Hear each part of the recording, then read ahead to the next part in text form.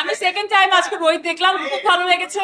আর আমার মনে হয় তুষি এবং ইমরান ওরা যেভাবে অভিনয় করেছে দ্যাটস আউটস্ট্যান্ডিং। আমি একেবারে একটা অডিয়েন্স হিসেবে বলছি খুব ভালো লেগেছে। এবং সুমন ভাইয়ের কথা আলাদাভাবে বলতেই হয়, the way he make the overall story and toll it to us, it's outstanding. প্রথমবার আমি কানেক্ট করার চেষ্টা করছিলাম যে গল্পটা কোন দিকে যাবে।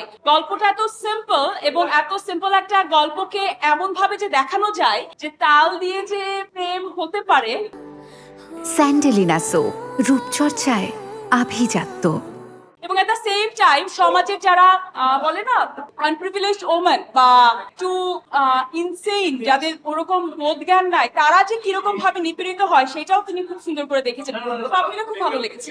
গান তো ওরকম করে মুখস্থ হয়নি, এরকম করে বলতে পারবো না, বাট থিম মিউজিক, যেটা থিম মিউজিকটা আমার কাছে খুব ভালো লেগেছে, মানে পুরা সিনেমাটার সাথে কানেক্ট করার জন্য। এবং তালের কথা, আমার দল এবার নাই, বিশ্বকাপে নাই, তারা ইটালি নাই।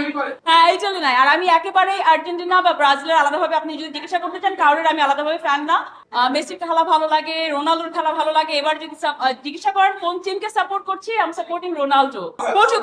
পর্তুগাল নিয়ে আমি চাই যে রোনাল্ডোর মতো এরকম একটা প্লেয়ার কাপ যেন নিক।